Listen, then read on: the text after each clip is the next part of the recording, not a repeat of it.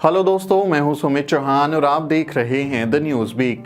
आज भारत की शान भारतीय रिजर्व बैंक ऑफ इंडिया का स्थापना दिवस है। 1 अप्रैल 1935 को आरबीआई की स्थापना की गई थी। अपना साडा आरबीआई पूरे 86 साल का हो गया है।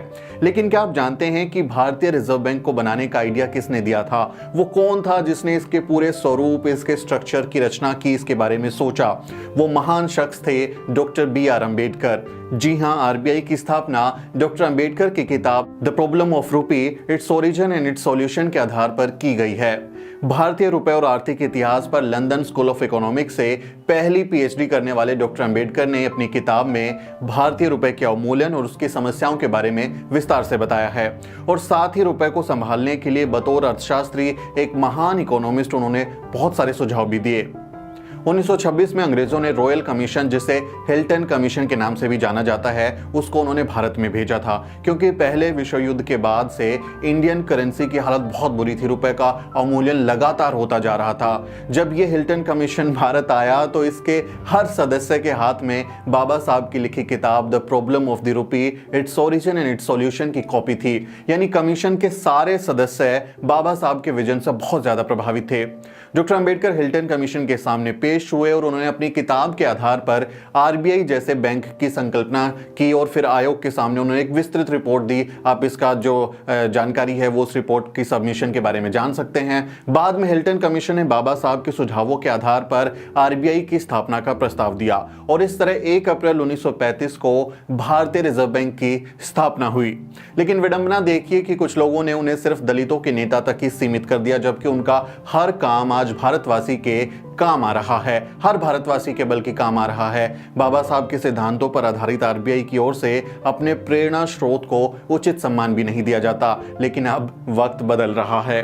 पिछले दिनों बाबा साहब के महान योगदान को रेखांकित करते हुए वाईएसआरसीपी की लोकसभा सांसद चिंता अनुराधा ने संसद में मांग की थी कि आरबीआई की संकल्पना देने वाले बाबा साहब की तस्वीर को भारतीय करेंसी पर भी छापा जाए। Thank you, Chairperson, Madam. We all of us know that Indians faced a great economic crisis and huge of lives due to colonial rule of British and World War I. In 1921, to overcome the crisis, the Imperial Bank was established, but it was failed to fulfill its role. Dr. B.R. Ambedkar has made constant and unstoppable fight with British and won by making them realize the diminishing value of rupee and its effect in the angle of both common man and economy by exploring with a solution. The Reserve Bank of India was conceptualized by Dr. B.R. Ambedkar based on his book, The Problem of Rupee, Its Origin and Its Solutions. He has represented to form Reserve Bank and submitted a book called History of Indian Currency and Banking to Hilton Commission.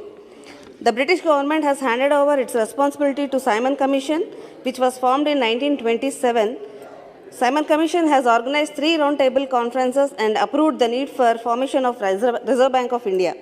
Eventually, the Central Legislative Assembly passed Dr. B.R. Ambedkar's guidelines as the RBI Act 1934, so that Reserve Bank of India was established and has been functioning its services without interruption. Subsequently, the Banking Regulation Act 1949 was legislation in India that regulates all banking firms, and RBI was nationalized.